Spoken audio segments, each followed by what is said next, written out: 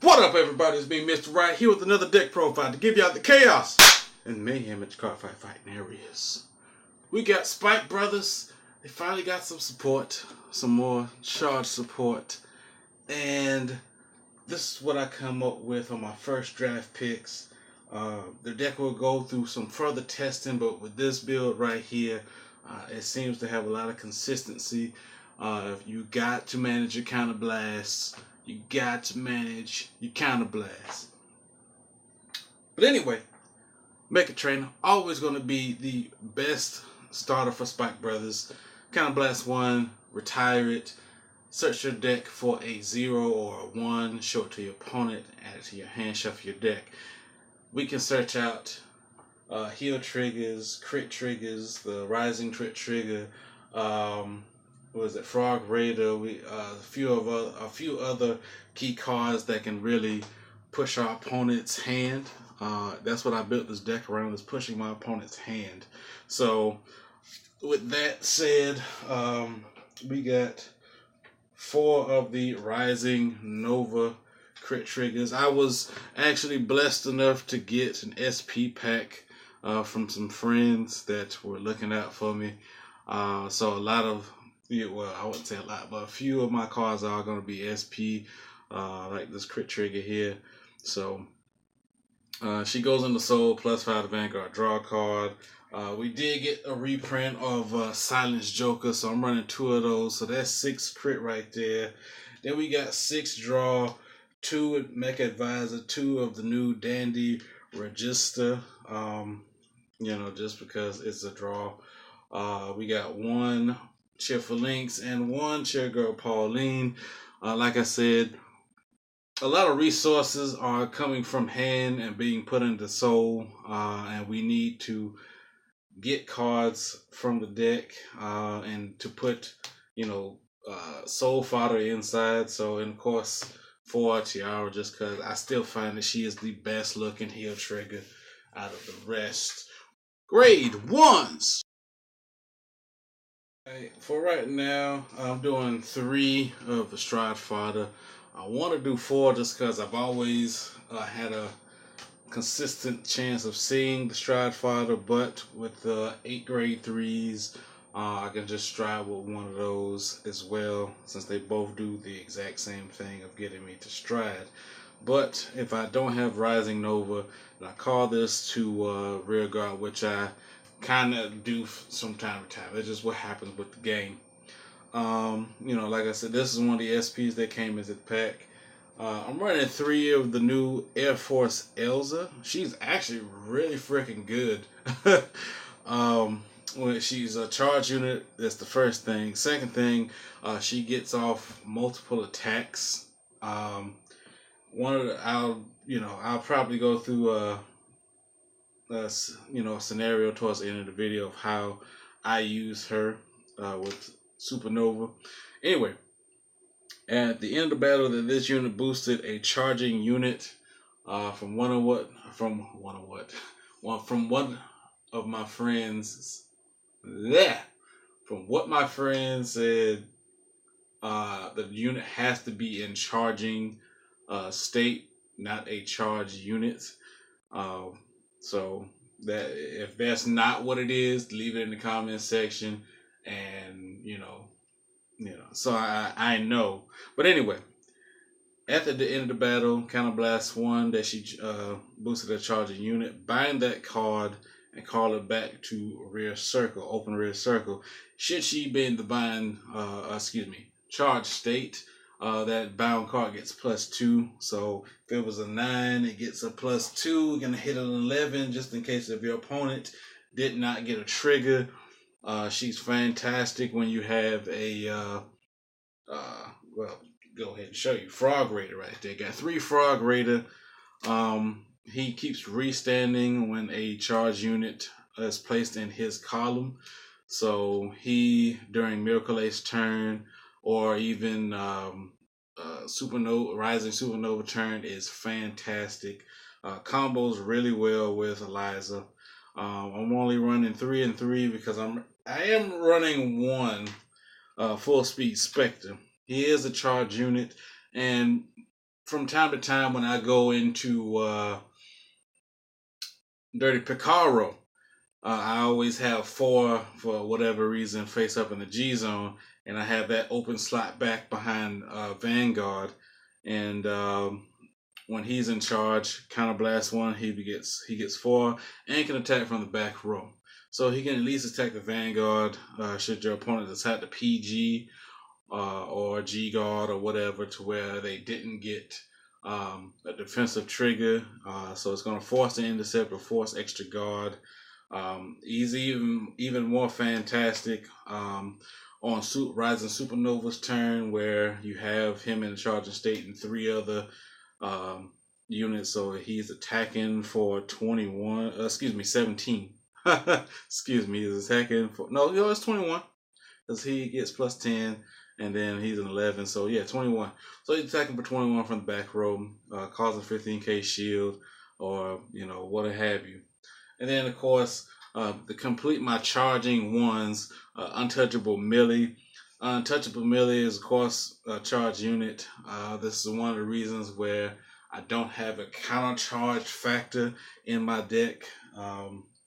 I will be continuously testing the deck with Devil Watch. It is a stand trigger, but we'll see.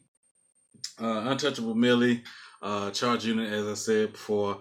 When she attacks the Vanguard and hits, you discard a card and add her back to hand.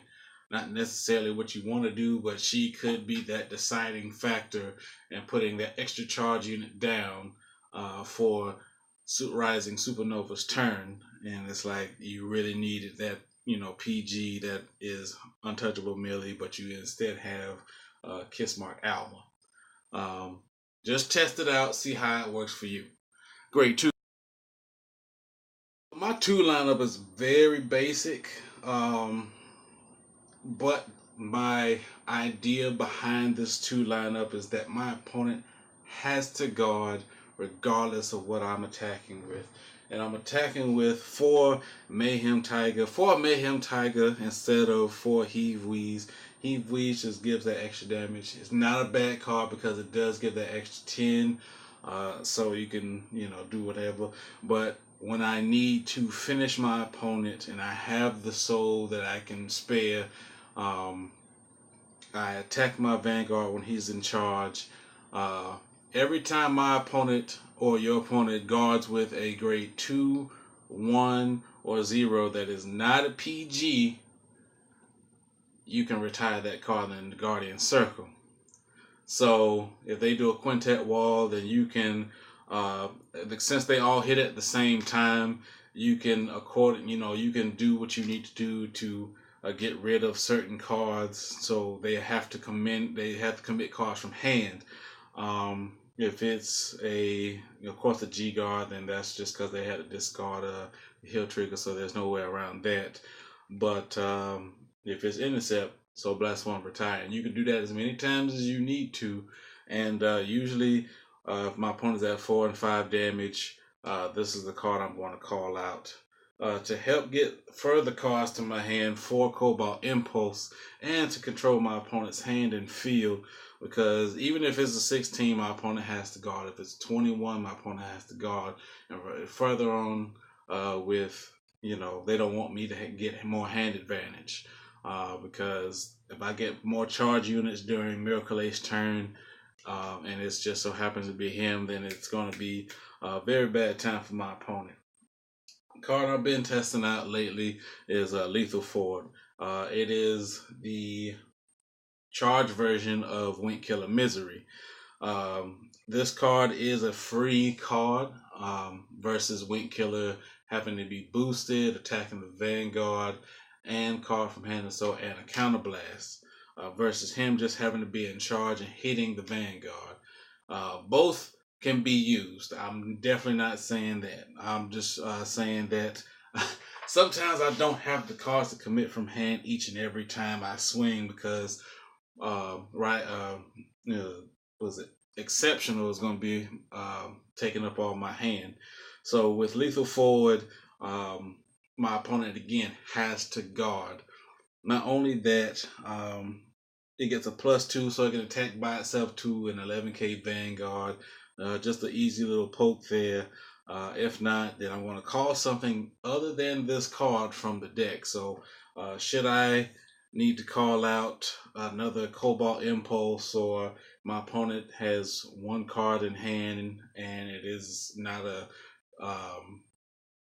Quintet Wall or Heel Trigger, and of course you'll go to Mayhem Tiger and then go ahead and force your opponent's hand. The card doesn't get a bonus like Wink Killer Misery does to give the card unit, but it's a free. What else do you want? So for my three. Alright, so for my threes, I'm running 2 Bulldozer Dove for my Haymaker turns, just in case if I do get Lethal Forward skill off, I get to call out Bulldozer Dove, call out, charge 10,000, swing, boom, boom.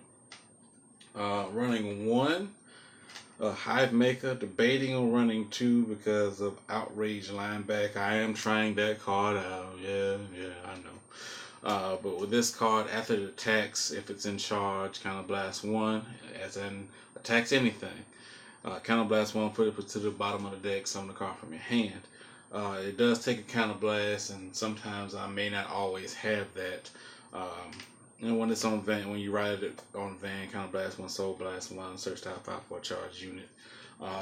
Running 1 Outrage Lineback. It is a pseudo Skydiver. When it's attacking Vanguard, it gets a +4. Then, should the attack hit, it is mandatory that you do the effect, that you put it in the soul and summon the card from hand. So, yeah.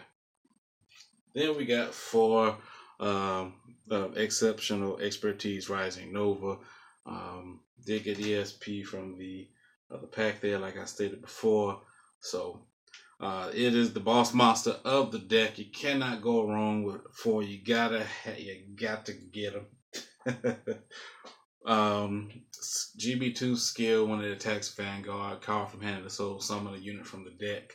Does not get a bonus to anything, but the on stride attack skill is similar to the GB2 skill, except for you Counterblast 1, so soul charge from hand, summon the card from the deck, it gets +5.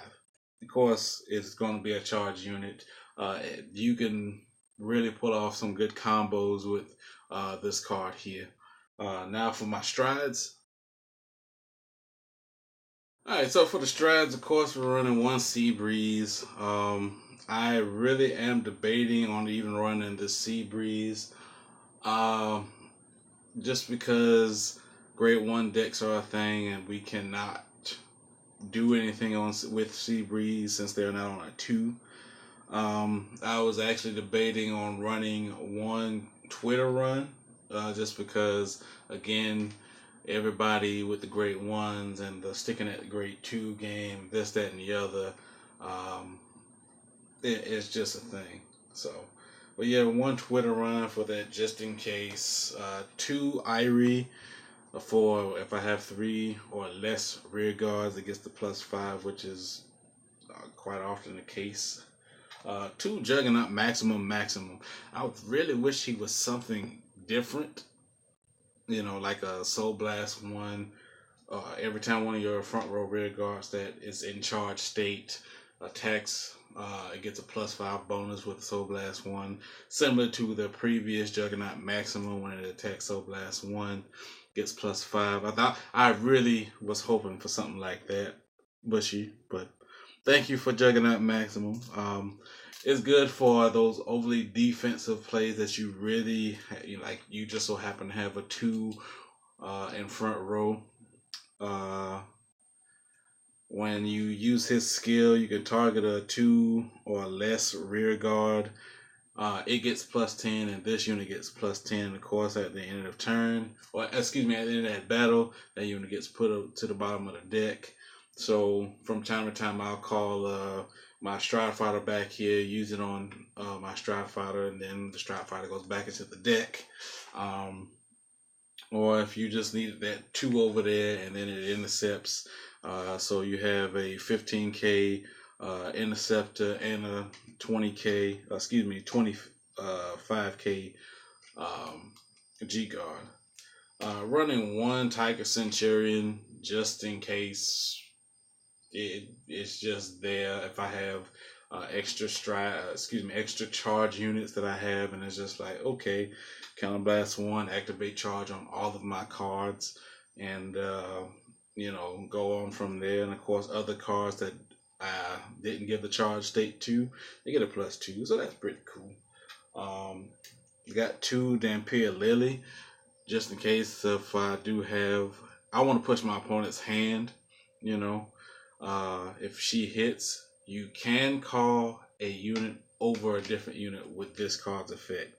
Call it to rear circle, not open rear circle. So Spikes is notorious for being very strict about open rear circle. So with her skill, the attack hits, call a charge unit from hand, gets +5 at the end of the battle that it attacked, send it to the bottom of the deck and draw a card.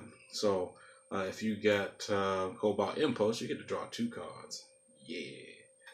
Then we got 2 Dirty Picaro for the just in case scenario of I get to go into Supernova first, and then I get the G guard, and my field is barren.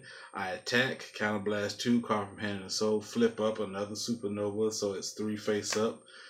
Then I summon 4 or 5 or whatever cards that are face up in the G zone. That means I get to summon, if I don't have a Frog Raider, summon a Frog Raider. If I don't have Eliza, call Eliza. And then 2 other cards up front. Hopefully, one is Cobalt Impulse and the other, if my opponent's at relatively high damage, Mayhem Tiger. If my opponent's at relatively high damage and they cannot afford the damage, and of course I'll summon 2 Mayhem Tiger and have added with my opponent. Now those 2 are the start of my finishing lineup. Of course, 2 Shoot Down King Miracle Ace. Found that 4 was too much. I would never really go into the second set because this card is meant to pretty much soul blast everything out of your soul to finish your opponent off, and then Picaro or Rising Supernovas to help finish off whatever is left. But anyway, after you activate the skill of Counterblast 1, Persona Flip, until the end of turn, anything that returns to the bottom of the deck, you can give anything on the field +5. The card really shines where the GB3 is available. Soul Blasting 2, summon a card from your hand, and yeah. So ideally, with Frog Raider on the field, that card is going to be getting the +5 because if 85 to 90% of the deck are charge units, and as many draws as we have, as many Cobalt Impulses that we may get off and draw extra cards, is pretty much there. And of course, to finish things up for Great Hero Rising Supernova, when it attacks, Persona Flip, and then choose X amount of rear guards that have charge ability that you have face up in the G zone, and those units can be put in charge. So it's a free Tiger Centurion, except for it's 7 times, 8 times, 9 times, 10 times better to card. Because if you have 4 more units that are in charge, your whole field gets all of your units get 10,000 bonus until end of turn. Units without the charging ability can be charging 2. So, yeah, it's like, I don't have enough. Well, let me just call down my whole hand and then boom, charge. So, it's a win-win situation with this card here. There's no getting around not having enough charge. The quotation, parentheses at the bottom there. You just it makes that much difference. You don't have to, like, if you don't have that many, so if you have a few triggers that you want to put in charge and make them charge, Make it happen, baby. Hopefully everybody liked this video. If you did, leave a thumbs up on this video. Any questions or comments, any changes you all would make, leave them in the comment section. I would definitely look into those changes and see if they work for me. But, you know, everybody has a different play style. You heard me? So, holler at your boy.